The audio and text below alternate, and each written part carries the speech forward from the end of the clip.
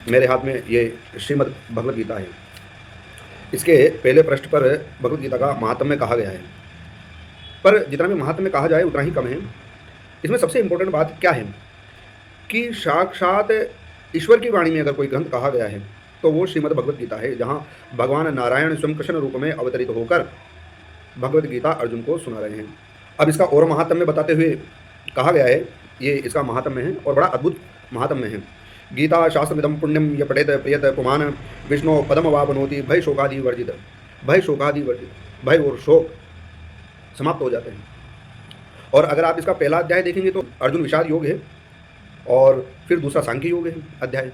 तो देखो ना, आप उसका सिस्टम देखो कि अर्जुन विषाद में गया और भगवान ने उसको सांख्य योग का ज्ञान दिया। कपिल भगवान द्वारा और भगवान कृष्ण द्वारा भी, ईश्वर कृष्ण द्वारा भी सांख्य के बारे में बहुत सारे ग्रंथ रचित किए गए। ये भी एक बहुत महत्वपूर्ण बात है कि हम उनका अध्ययन नहीं करते हैं। तो सांख्य दर्शन के लिए कहा गया है कि इसके बराबर कोई ज्ञान नहीं है। यही वस्तुतः आत्मज्ञान, तत्वज्ञान और ब्रह्म ज्ञान को उपलब्ध कराता है। और गीता एक प्रकार से सांख्य दर्शन का ही दूसरा स्वरूप है जो भगवान की वाणी से प्रस्तुत हुआ है। अब देखो यहाँ पर आप जो अगर पहले अध्याय में इसका केवल महात्म्य में तो बहुत कुछ है ही सही, पर किस प्रकार से आश्चर्यचकित है कि जो अर्जुन विषाद योग है, तो अर्जुन का विषाद तो बाद में दिखाया गया, पर पहले सबसे पहले जो धृतराष्ट्र है उनका विषाद दिखाया गया। धर्म क्षेत्रे कुरुक्षेत्रे समवेता युयुत्सव। माम का शब्द पर ध्यान दीजिए, माम का पांडवच्छेव किम कुर्वता संजय। तो स्वयं धृतराष्ट्र विषाद में है, लेकिन धृतराष्ट्र की ऐसी नेगेटिव एनर्जी है कि वो उस विषाद से बाहर नहीं निकल सकता।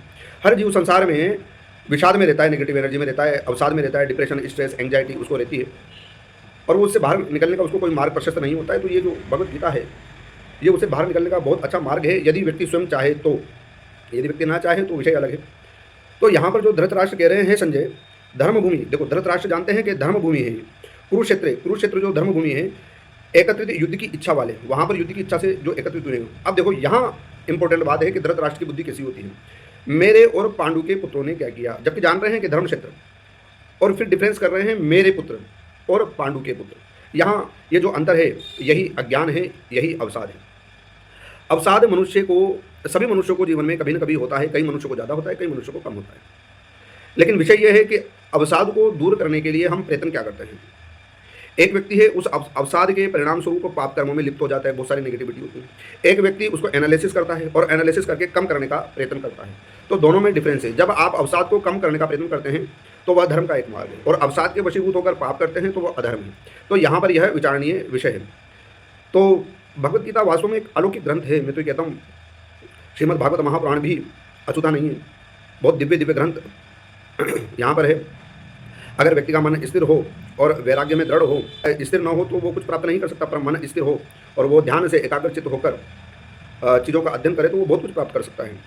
और ज्ञान से बराबर संसार में कुछ नहीं है। वैराग्य, ज्ञान, ये जो हाड़ मास का शरीर है, इसका तो फाइनल दी एंड कभी भी होना है।